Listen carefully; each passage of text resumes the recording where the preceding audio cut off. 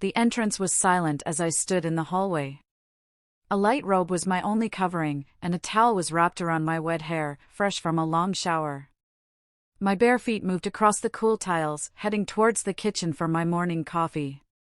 The house felt unusually still for a Sunday. I assumed my husband had taken our children out for a breakfast treat. My robe wasn't even tied properly, hanging loosely, its damp edges clinging to my skin. I reached for a cupboard, and that's when I heard it, a faint creak, followed by his voice saying, "Oh, excuse me." I froze, my hand still on a mug, and turned slowly, my heart doing a little jump.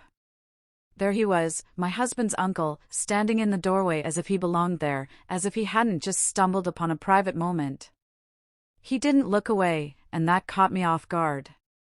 His gaze rested on me, steady and intentional, not with any threat, but simply and openly male. His eyes moved from my collarbone down to my legs, not pausing anywhere specific, yet taking in everything. My first instinct wasn't to cover myself, and that's what bothered me most. I didn't rush to hide. I simply stood there, breathing, fully aware of the thin fabric against my chest, the shape of my thighs visible underneath, and of him, taller than I recalled, his gray-flecked beard neatly trimmed, his hands still in his coat pockets as if he wasn't intruding at all. "I didn't realize you'd be here," he finally said, his eyes narrowing slightly. "Thought only your husband would be home." I nodded, still quiet, unsure how to regain my composure, unwilling to break the strange tension that had filled those 3 silent seconds. My skin tingled in a way unrelated to the coolness of the tiles.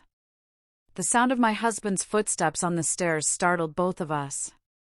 He came down, smiling, completely unaware of the scene he had just interrupted. "Hey, you're here early," he said, clapping his uncle on the shoulder.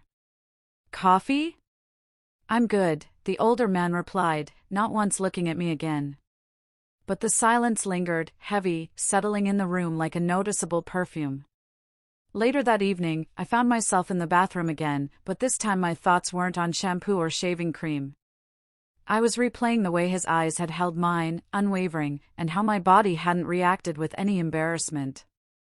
I slowly took off my robe and studied myself in the mirror. The skin on my chest was flushed. My fingers traced the line of my collarbone. I tilted my head, trying to see myself as he had. There was no shame, just curiosity, a faint stirring beneath my ribs, like something half awake, demanding attention. I knew it was inappropriate, but nothing physical had occurred. No boundaries were crossed, not yet. Still, something had changed. The next morning, I put on a bra under my robe, not for my husband, but just in case. It wasn't planned. That's the lie we often tell ourselves, isn't it?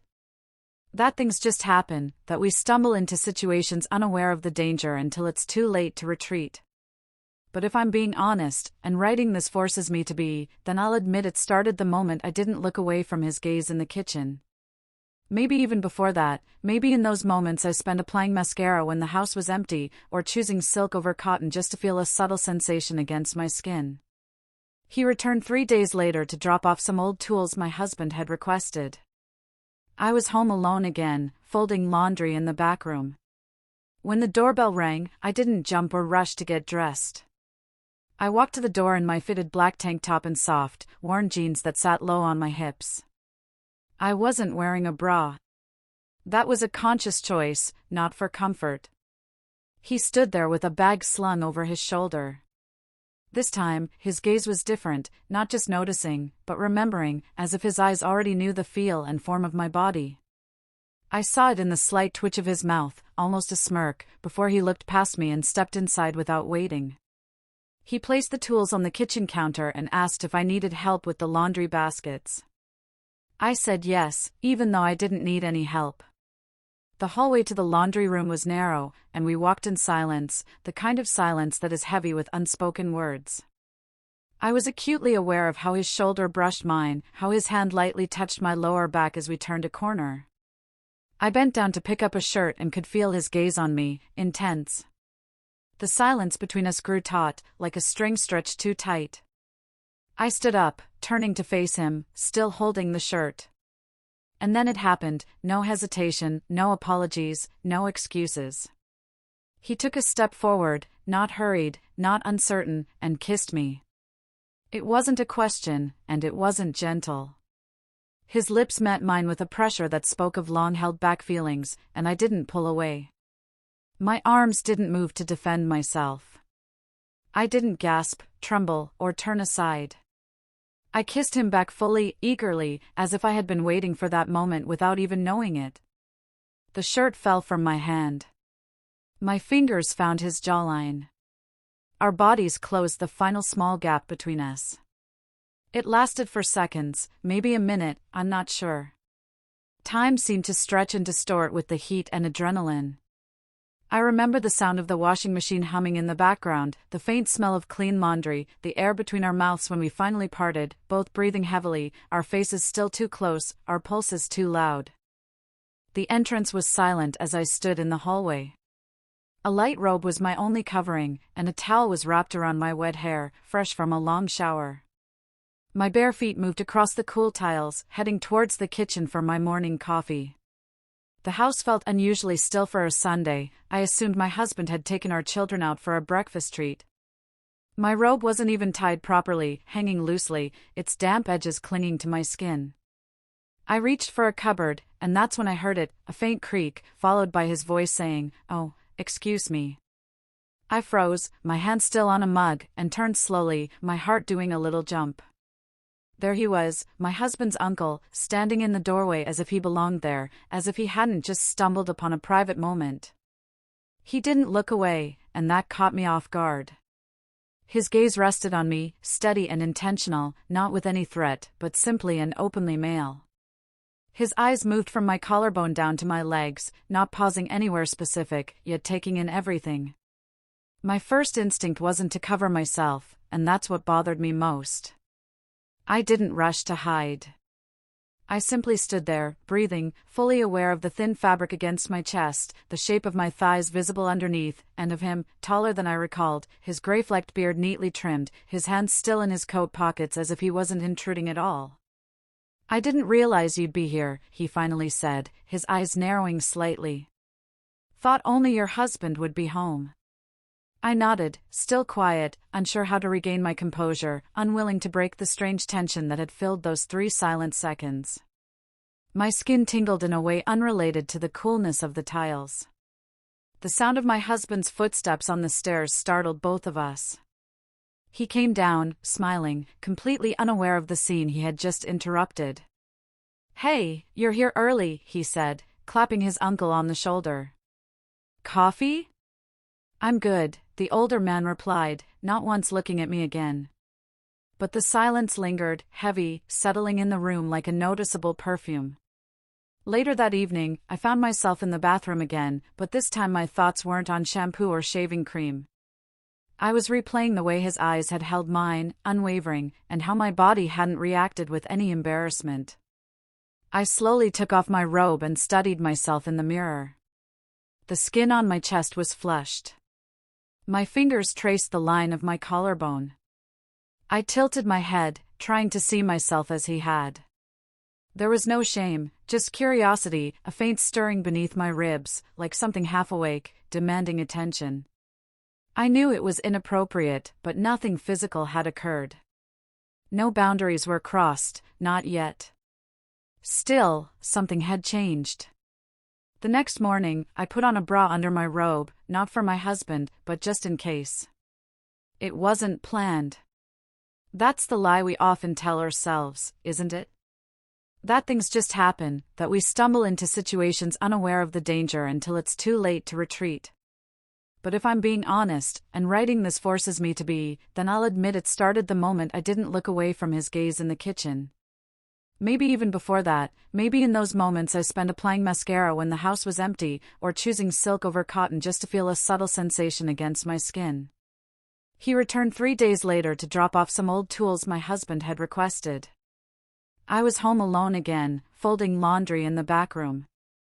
When the doorbell rang, I didn't jump or rush to get dressed. I walked to the door in my fitted black tank top and soft, worn jeans that sat low on my hips. I wasn't wearing a bra. That was a conscious choice, not for comfort. He stood there with a bag slung over his shoulder. This time, his gaze was different, not just noticing, but remembering, as if his eyes already knew the feel and form of my body. I saw it in the slight twitch of his mouth, almost a smirk, before he looked past me and stepped inside without waiting. He placed the tools on the kitchen counter and asked if I needed help with the laundry baskets. I said yes, even though I didn't need any help. The hallway to the laundry room was narrow, and we walked in silence, the kind of silence that is heavy with unspoken words. I was acutely aware of how his shoulder brushed mine, how his hand lightly touched my lower back as we turned a corner. I bent down to pick up a shirt and could feel his gaze on me, intense. The silence between us grew taut, like a string stretched too tight. I stood up, turning to face him, still holding the shirt. And then it happened, no hesitation, no apologies, no excuses. He took a step forward, not hurried, not uncertain, and kissed me. It wasn't a question, and it wasn't gentle. His lips met mine with a pressure that spoke of long-held-back feelings, and I didn't pull away. My arms didn't move to defend myself. I didn't gasp, tremble, or turn aside. I kissed him back fully, eagerly, as if I had been waiting for that moment without even knowing it. The shirt fell from my hand. My fingers found his jawline. Our bodies closed the final small gap between us. It lasted for seconds, maybe a minute, I'm not sure. Time seemed to stretch and distort with the heat and adrenaline. I remember the sound of the washing machine humming in the background, the faint smell of clean laundry, the air between our mouths when we finally parted, both breathing heavily, our faces still too close, our pulses too loud. I was the one who stepped back first. My hand still tingled from touching his cheek. Neither of us said anything. Words seemed inadequate, fragile compared to what had just passed between us. He turned and left, not even waiting for my reaction. I stood in the same spot for a long time afterward, barely aware of my own heartbeat. That night, I didn't mention anything. I made dinner, cleaned up, and folded the laundry we had touched. I watched my husband laugh with the kids, absently scratching the dog's ear. He seemed tired, not uncaring or unkind, just comfortably distant, like someone looking at a familiar painting they've owned for years, no longer noticing the details. Later, when he kissed me goodnight, I felt my body tense up before I even understood why. His lips were warm and familiar, but they didn't spark anything within me. I tried not to pull away too quickly, but he noticed. "You okay?" he asked softly in the darkness. "Yeah," I replied, "just tired." But I wasn't tired. I was buzzing, trembling with the memory of something that shouldn't have happened, or perhaps was always destined to. Something I couldn't unlearn, something I couldn't undo. I lay awake long after he fell asleep beside me, staring at the ceiling, wondering what part of me had opened that I couldn't close again, and more worryingly, why I didn't want to. I began to realize how easily I could slip into two separate lives. One where I was the dependable wife, sensible, affectionate, reliable, and another quieter one where everything vibrated just beneath the surface, anticipation, desire, risk. That hidden life was shaped by small choices, which perfume I chose, whether I buttoned a blouse or left it slightly open, whether I lingered a moment longer in the hallway if I heard his voice from another room. He hadn't called or texted after the kiss. There were no awkward apologies, no explanations, just silence. But it wasn't an empty silence, it was a charged, expectant kind of space, like the pause between lightning and thunder. My husband surprised me with a gift one afternoon. "Saw it in the window, thought of you," he said, handing me a black velvet bag with a smile that was warm but quick, his attention already drifting towards a call he was about to take. Inside was a set of navy lace lingerie, delicate and expensive, and in my exact size. I thanked him, kissed his cheek, and watched him disappear into the other room, his phone already pressed to his ear. I held the fabric up to the light. It shimmered softly, catching the late afternoon sun. Beautiful, yes, and thoughtful. But I felt nothing, no heat, no excitement, just a vague sense of obligation to wear it later and smile. Instead, I put it on the following day, knowing his uncle would be visiting. He had offered to help fix a leaky faucet in the guest bathroom, and my husband had gladly accepted. I waited until just before noon to get dressed, choosing a light gray dress that clung to my waist and subtly hinted at what was underneath. I skipped the bra, wore heels, not too high, casual but deliberate. When I opened the door, he was already there, waiting on the porch, holding a small toolbox. His gaze immediately dropped to my neckline and then back up, but he made no comment. He didn't need to, the silence spoke volumes. I led him to the bathroom, his footsteps steady behind mine. The air felt thick. I could smell his cologne, a faint, sharp scent of cedar. And the moment I turned to hand him a towel, our fingers brushed, a small, innocent touch. But it ignited something within me that I hadn't even known was waiting to be sparked. "I'll be in the kitchen if you need anything," I said, avoiding direct eye contact. He didn't reply. I felt his eyes on me as I walked away. In the kitchen, I paced slowly, touching the countertops, moving things that didn't need to be moved. My thoughts were scattered, I couldn't focus. Every nerve felt alert, aware of every creak of the floorboards, every turn of the faucet behind the wall. When he finally emerged, wiping his hands on a rag, we both paused. I offered him water, and he accepted. I handed him the glass, and his fingers lingered against mine for a moment longer than necessary. "Thanks," he said finally. That was the only word spoken between us during his entire visit. But the moment he walked out, I closed the door and leaned against it, my knees weak, my breath uneven. I hadn't been physically unfaithful, not yet. But it didn't matter. I had dressed with him in mind. I had thought of him while putting on the lingerie my husband had bought. I had wanted to be seen, and I had been. That night, I watched my husband fall asleep. He lay on his back, his mouth slightly open, his breathing slow and deep. I knew he loved me, I never doubted that. But I also knew he hadn't truly looked at me in months, not the way the other man had, not as if I were someone who could unravel him. It wasn't fair. He worked long hours, occasionally brought home flowers, and laughed with our children. But when he touched me now, it felt routine, measured, like completing a task rather than reaching for someone desired. There was nothing outwardly wrong with our life together. And yet, I felt starved. I didn't sleep that night. Instead, I lay there wide-eyed in the dark, my legs curled up, my fingers clenched into the sheet. I thought about the warmth of a breath, the closeness of bodies, the heat I hadn't felt in years. I thought about how dangerous it felt, not because it was wrong, but because it felt so right. And by morning, I knew this wasn't over. Something had begun, and I didn't have the strength, or perhaps the will, to stop it. There was a moment just after dawn when I stood in front of the full-length mirror wearing nothing but a towel and caught myself studying my own reflection with an unfamiliar intensity, not with self-doubt or self-love. Those were familiar feelings, but this was something in between. Something sharper, a question forming in the way I examined my hips, the subtle curve of my stomach, the line of my collarbone. Not whether I was beautiful, no, it was something deeper than that. I was asking myself if I was still alive within my own body, if desire could be something I wore again. The trip had been planned weeks in advance, a family weekend at a lakeside house owned by one of his cousins. My husband was excited. He loved these quiet, rustic getaways with long dinners, board games, and morning coffee on the porch. I agreed out of habit, out of obligation, out of the passive agreement that long-term couples often fall into. I didn't question it until I heard that his uncle would be joining us. He had offered to drive separately, saying he needed the time alone, but we all knew he would be there. We arrived late Friday afternoon.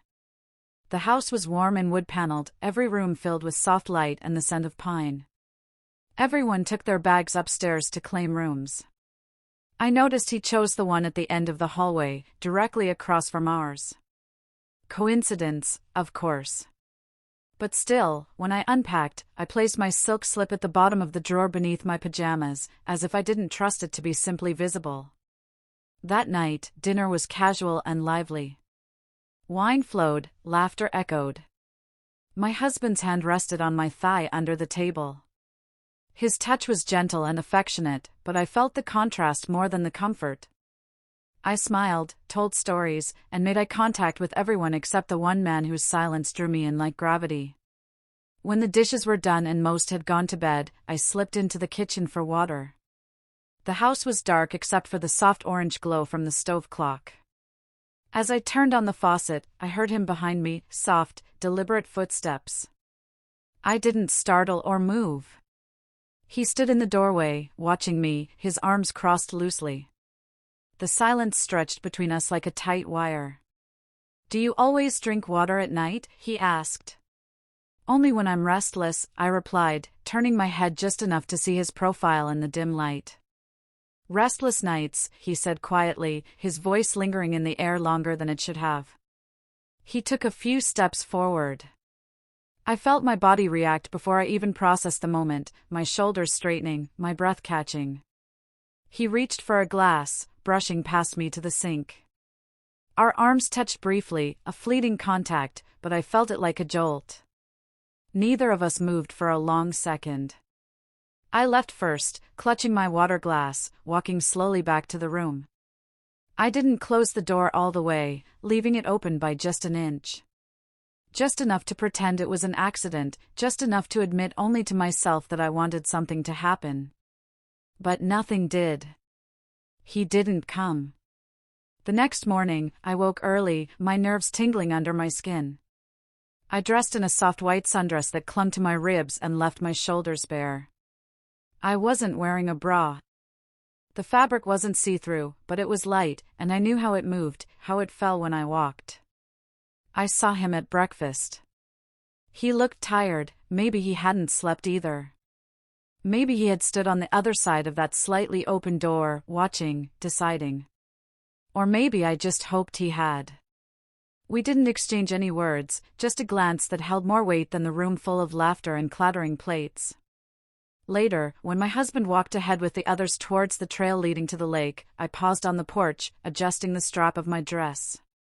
His uncle stepped beside me, close enough that our arms touched. He didn't say anything.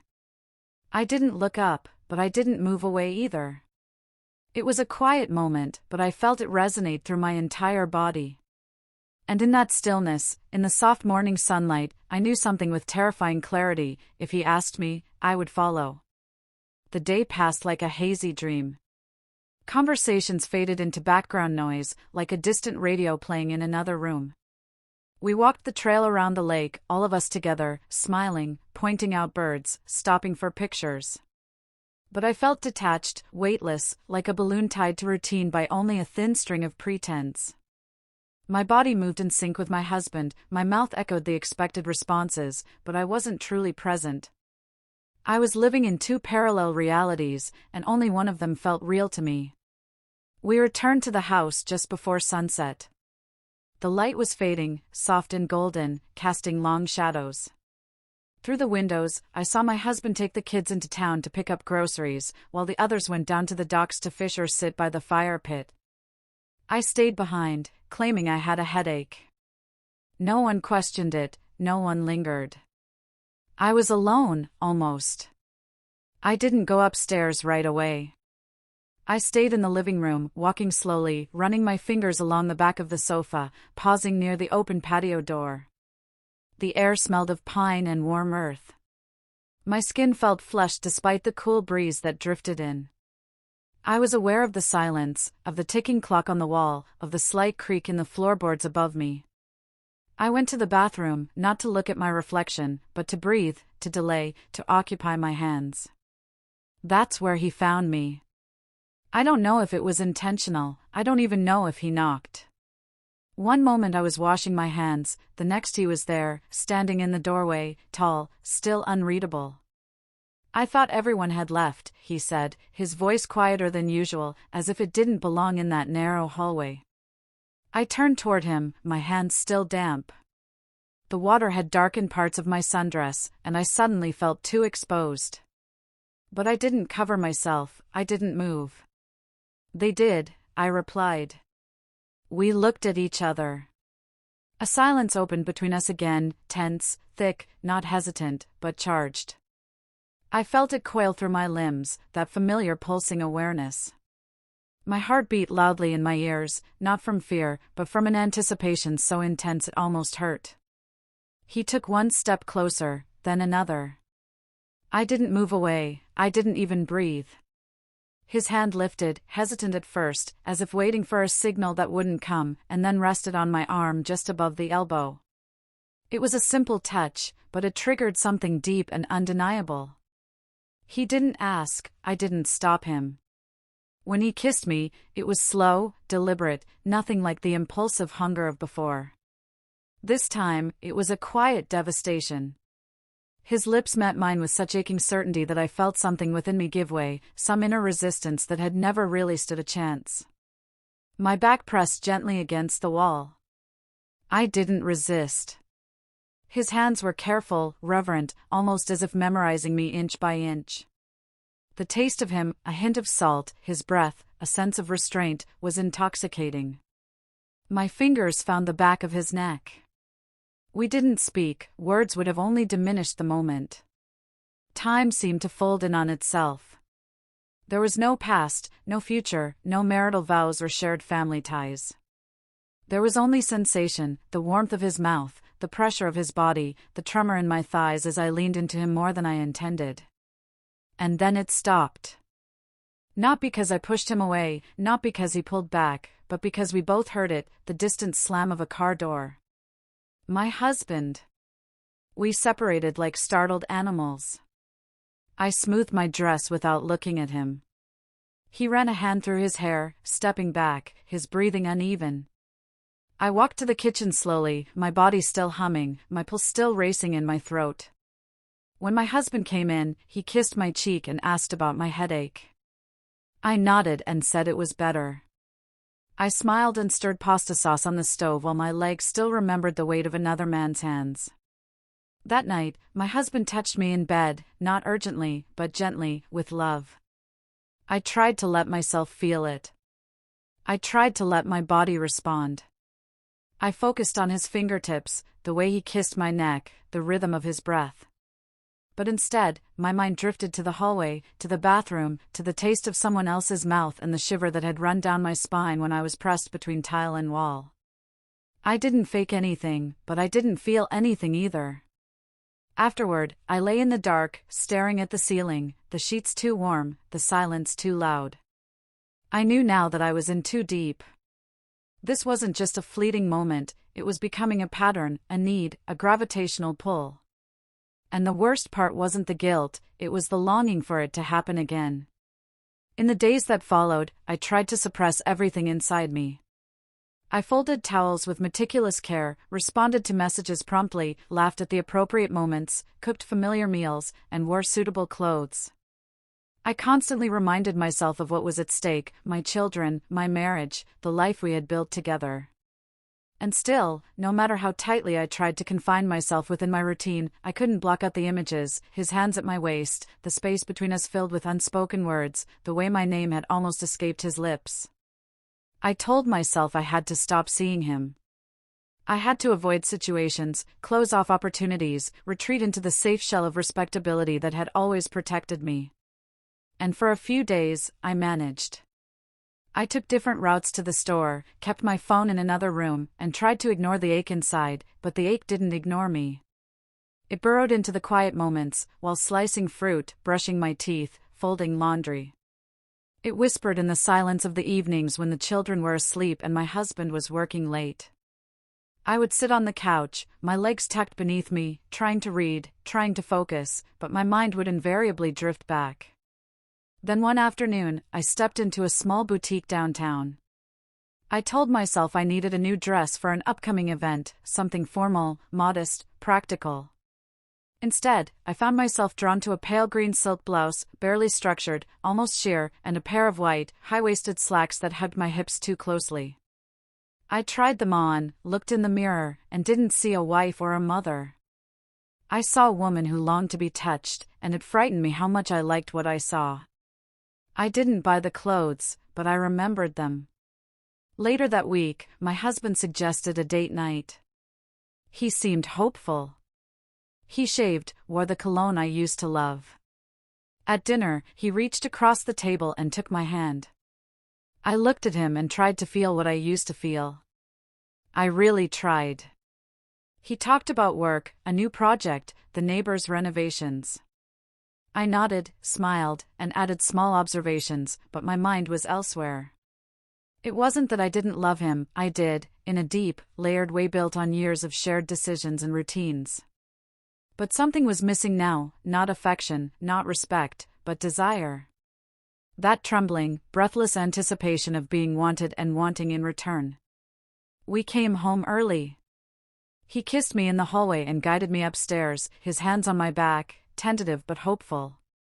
I let him undress me, let him touch me, but my skin didn't respond the way it used to. My body went through the motions. But my mind was elsewhere, remembering the weight of someone else's hands, the intensity of being seen not out of obligation, but out of longing. Afterward, he fell asleep quickly, his breathing soft and even. I lay beside him in the dark, one leg bent, the sheet twisted between my knees. I felt hollow. Not because I had been unfaithful, but because I hadn't been truthful with him, with myself. A few days later, I saw the uncle again, not by planning. I was at the grocery store, halfway down the aisle of bottled juices, when I heard his voice before I saw him. "You always shop at this time?" I turned slowly, my heart sinking and rising simultaneously. He looked tired, as if he hadn't slept well, but his eyes still held that impossible calmness that unsettled me more than any intensity ever could. "Sometimes," I said. We stood there for a moment too long, the fluorescent lights humming overhead. No one else was nearby. He didn't ask to see me again, he didn't suggest anything. But as I turned to leave, his hand brushed against mine, a light touch, barely contact, but it sent a jolt through me. That night, I couldn't eat or sit still. I paced the kitchen, refilled a stack of dish towels, opened and closed the same cabinet 4 times. My husband asked if I was okay. I nodded too quickly and told him I was just restless. And that was the truth, or at least part of it, restless, empty, filled with a longing that no longer belonged to the life I was living. By the time I went to bed, I had already made the decision, I wasn't going to stop this. In fact, I didn't even want to. I wanted to see him again, and this time, I wouldn't wait for chance. It was strange how quickly the lie became a part of my routine. I didn't feel it creeping in, I allowed it.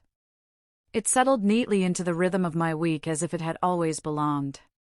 "I need a weekend away," I said, my voice calm and steady as I stirred cream into my coffee. "A reset, just 2 days, maybe at the lake house alone." My husband barely looked up from his phone. He nodded before I could finish, muttering something about me needing time to recharge. There was no suspicion, no hesitation, only permission. I spent 2 days preparing for something I pretended was spontaneous. I packed light, 1 overnight bag, but every item was chosen with care, the white slip dress with the thin straps that always felt a little too intimate, the lace-trimmed bra I never wore under sweaters, the perfume he had once commented on when he stood too close behind me in the hallway. I took nothing practical, no books, no laptop, not even socks. He didn't ask me to invite him, but he didn't need to. I sent a single message before I left, "I'll be at the house Saturday alone." He replied with a single word, "Okay." Saturday arrived heavy with heat, the kind that clings to your skin even in the shade. I drove with the windows down, my hair whipping around my face, the sun burning the back of my neck. I didn't play music, I didn't want noise. I needed the silence, needed to feel each mile stretch between me and my home. I didn't rehearse anything, I wasn't preparing explanations or justifications. I was chasing the hunger that had kept me awake for weeks. The house was quiet when I arrived. I unlocked the door, stepped inside, and stood in the entryway for a full minute, absorbing the stillness. I didn't light candles or pour wine. I didn't try to set a scene. I slowly took off my clothes, changed into the dress, brushed my hair, and opened all the windows. The wind did the rest, moved the curtains, kissed my shoulders, cooled the back of my neck. He arrived late in the afternoon, as he always did, without knocking, without announcing himself. I heard the door creak. I didn't move from the armchair by the window. "I didn't think you'd come," I said. "I told you I would." He didn't come closer immediately. He stood there, his silhouette half-shadowed in the golden light. "I don't know what this is," I said, "or where it ends." "It doesn't matter," he replied. "We're already in it." There was no passion in his voice, no seduction, just a quiet certainty. He walked toward me slowly, and I remained seated, my heart pounding against my ribs. I didn't blink or breathe. When he reached me, he didn't touch me right away. He looked down at me as if he were still making a decision, as if he were weighing all the ways this could go wrong and deciding that none of them outweighed the desire. Then finally, his fingers found my jaw. He tilted my face upward, and I let him. The kiss was inevitable, like a breath held for too long finally released. My hand slid around his waist, pulling him closer, and he knelt in front of the chair, pressing his forehead to mine. "I haven't stopped thinking about you," he whispered. "Not for a day." I didn't answer, I couldn't. My throat burned. My skin felt too tight. My body was already betraying me in every possible way. We didn't rush. Everything about that afternoon felt unhurried, as if the universe had briefly paused to let this moment last longer than it should. He carried me to the bedroom and undressed me as if I were something both sacred and dangerous. And for the first time in years, I felt weightless. I felt real. My skin remembered what it meant to be wanted. And then, just before dusk, we heard it, a car door outside, a voice, the unmistakable sound of my husband's cousin calling his dog. Too close. I froze, panic seizing me, cold and sudden. He sat up quickly, looked toward the window, his eyes narrowed. "No one saw," he said. But my body was already in motion. I scrambled for my dress, pulling it on inside out, my breath catching in my chest. I felt shame, not because of what we had done, but because I hadn't even considered the possibility of being caught. I hadn't been careful, I hadn't protected anything. We stayed quiet for an hour, barely speaking, just listening, breathing, waiting.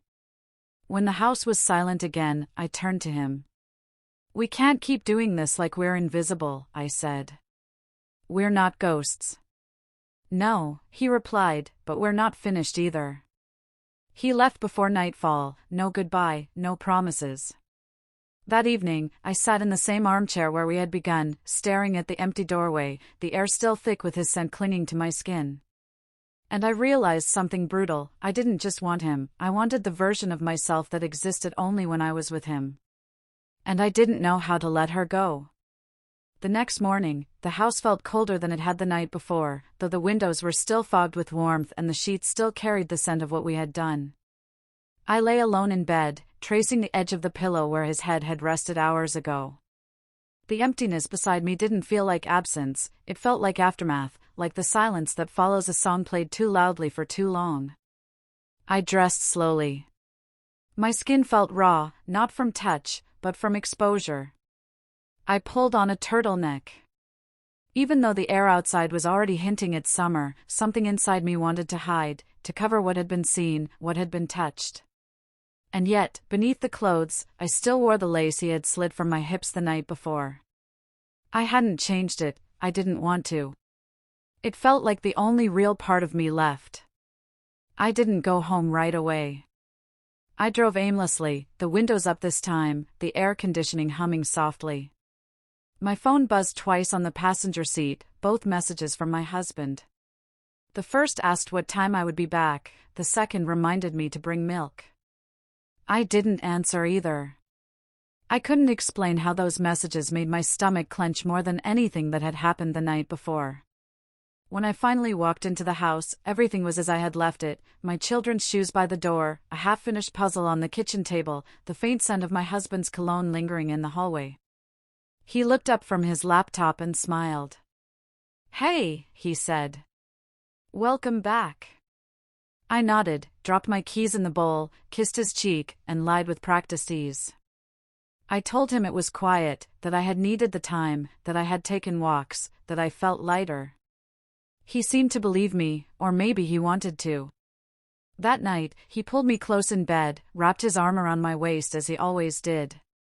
His breath on my neck was familiar and soft, and I hated myself for noticing the difference, for comparing his touch to someone else's.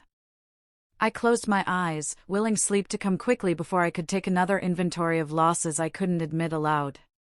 But it didn't work because something had changed, and not just between us. It was in how I carried myself now, in how I walked, how I moved, how I looked at my own reflection. I had awakened something I couldn't put back to sleep. The days passed, and he didn't call, not once. No messages, no missed calls, no signs. At first, I thought it was intentional, an unspoken agreement to withdraw before things escalated further. But after a week, doubt began to spread through me like a slow leak.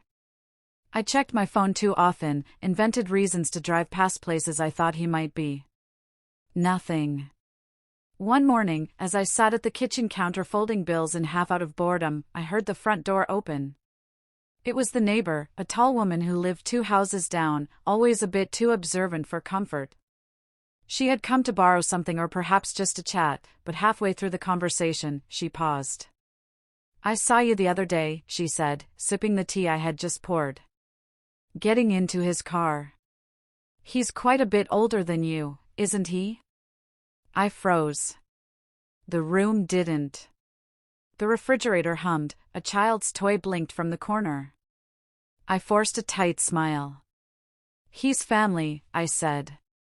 It was nothing, but her expression stayed unchanged, too casual, too knowing. And as she left, I watched her walk away with the deliberate calm of someone who had already made up their mind. That evening, I sat in the backyard alone, a glass of wine untouched beside me, the sky shifting from pink to gray.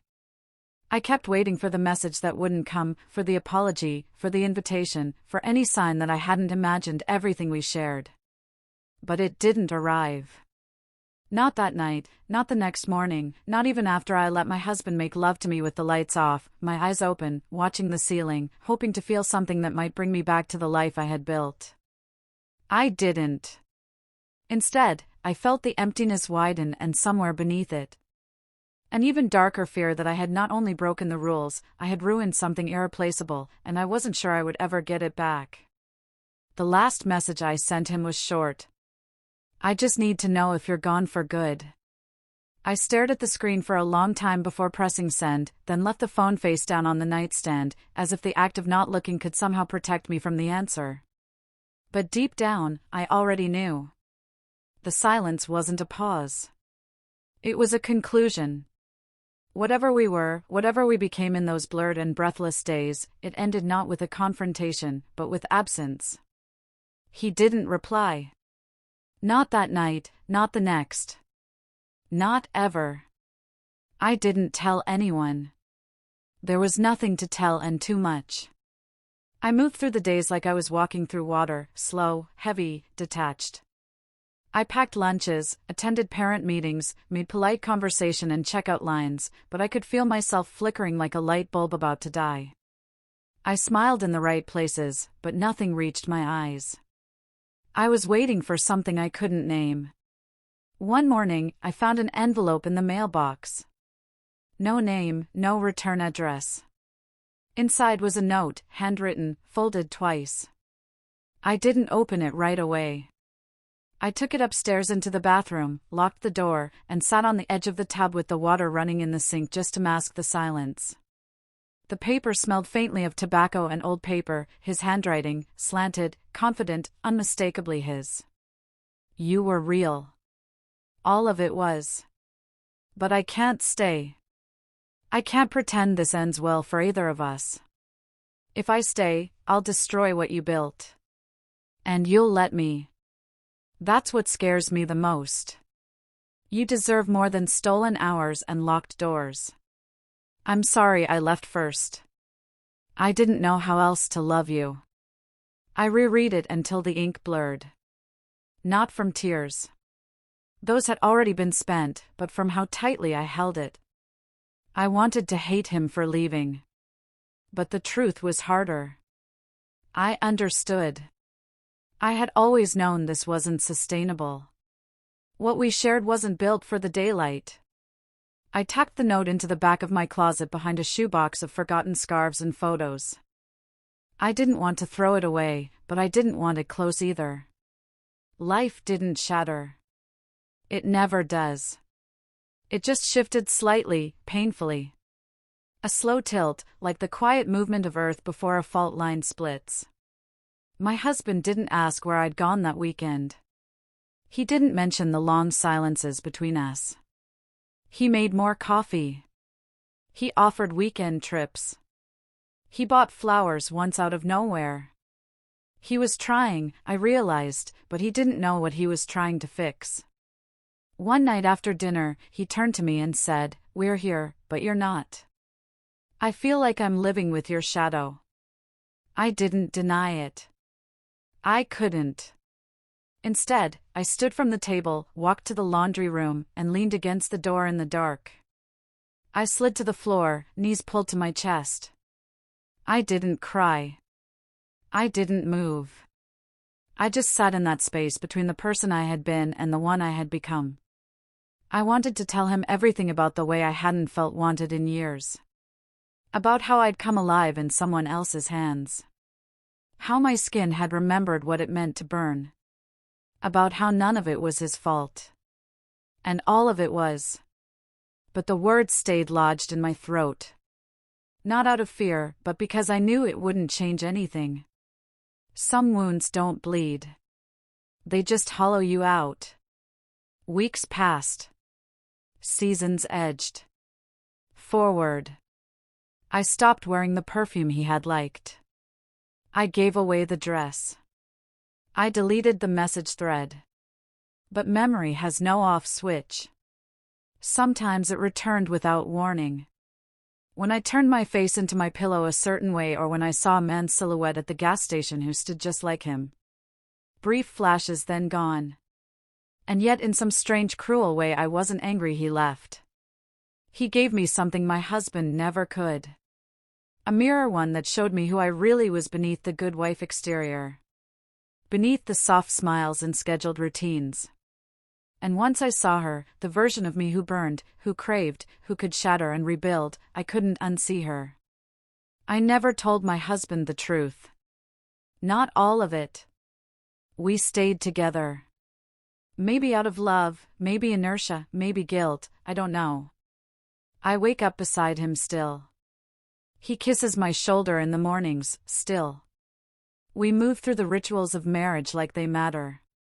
But sometimes when I dress in the quiet of the early morning light, I find myself reaching for the silk again. Not to wear, just to touch and remember.